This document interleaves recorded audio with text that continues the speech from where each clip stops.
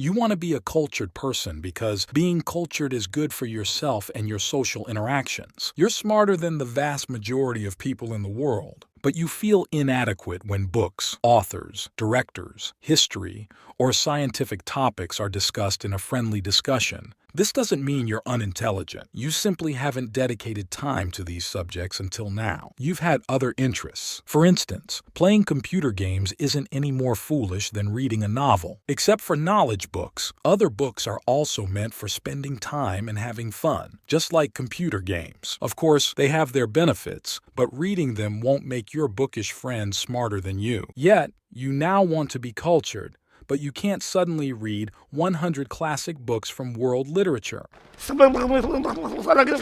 That's why I'm here. I will tell you what those 100 books are about, the 100 films everyone says you should watch, the historical events you should know, and scientific studies that everyone knows about, and even more. Don't fool yourself. If you were going to read those books, you would have done so already. And the good news is, people who know those books, films, and historical events don't remember much more than the information I'll give you. Let's say people are discussing Dostoevsky. Even if you haven't read Dostoevsky's Crime and Punishment, knowing the basic conflict of the book and the main characters will make you appear cultured. Understanding Raskolnikov's moral dilemmas and the guilt he feels after committing the crime will be enough. This knowledge will allow you to participate in the discussion even if you're not familiar with the book. The same principle applies in the world of film. Even if you haven't watched The Godfather series, knowing the main characters and the story will make you part of a cultural conversation. Understanding Don Corleone's place in the mafia world, Michael Corleone's transformation, and the conflicts within the family will show that you have enough knowledge about the film. A similar approach can be taken with historical events. For example, even if you don't have in-depth knowledge of World War II, knowing the main reasons for the war, key leaders, and the outcomes will be sufficient. Understanding Hitler's rise, the struggle between Allies and Axis powers, the Normandy invasion, and the establishment of the United Nations at the end of the war will show that you are knowledgeable about history. In scientific subjects, knowing the basic facts that everyone knows is sufficient. For example, being familiar with Newton's law of gravity, Einstein's theory of relativity, or Darwin's theory of evolution will allow you to participate in scientific discussions. Learning this type of information won't make you a scientist right away, but it will make you appear knowledgeable in scientific conversations. I will explain the most important points on topics you need to know in the fastest and clearest way.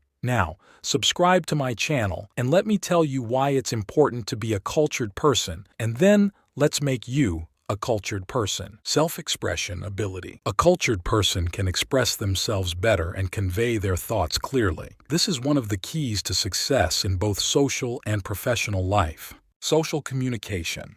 Cultured people, being knowledgeable about various topics, can easily converse with different individuals and create an impressive social circle. Professional success. Having knowledge in various fields helps stand out in professional life, especially in a globalized world. Cultural awareness and knowledge make it easier to climb the career ladder. Respect in society. Being cultured earns respect in society and leads to greater appreciation from others. Self-education.